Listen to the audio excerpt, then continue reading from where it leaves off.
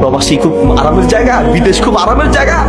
মিয়া সাহেব, একজন বিদেশি প্রবাসী তার কাছে ফোন দিলে আগে তার খোঁজ দিবেন, ভাই কেমন আছো, শরীরটা ভালো আছে কিনা।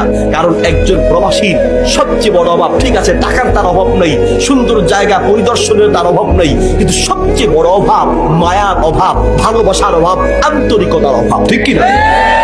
অসুস্থ হলে পরে সেই প্রবাসী লোকটাকে একটু মাথায় পানি দেওয়ার লোকটা খুঁজে পাওয়া যায় না। বহু প্রবাসীর জীবন এমন কেটেছে, সামান্য জ্বর হয়েছে, সেই জ্বরে একটু পানিটা নিয়ে খাবে সেই ব্যবস্থা হয় নাই। যে ঘরে ছিল একা, সেই ঘরের রাস্তা পচে দুর্গন্ধ বের হয়েছে। তারপরে মানুষ বুঝতে পেরেছে যে এই ঘরে একটা মানুষ মারা গিয়েছে, ঠিক কিনা।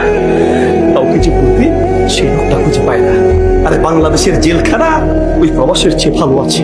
বাংলাদেশের জেলখানায় তো 1-2 মাস পরে আত্মীয় স্বজন দেখা যায়, একটু খোঁজখবর নেওয়া যায়, কথা বলা যায়। কিন্তু বিদেশ এমন এক জেলখানা, সেখানে চাইলেও বছরকে বছর নিজের মা আর বাপ স্ত্রীকে দেখতে পারে না, ঠিক কিনা।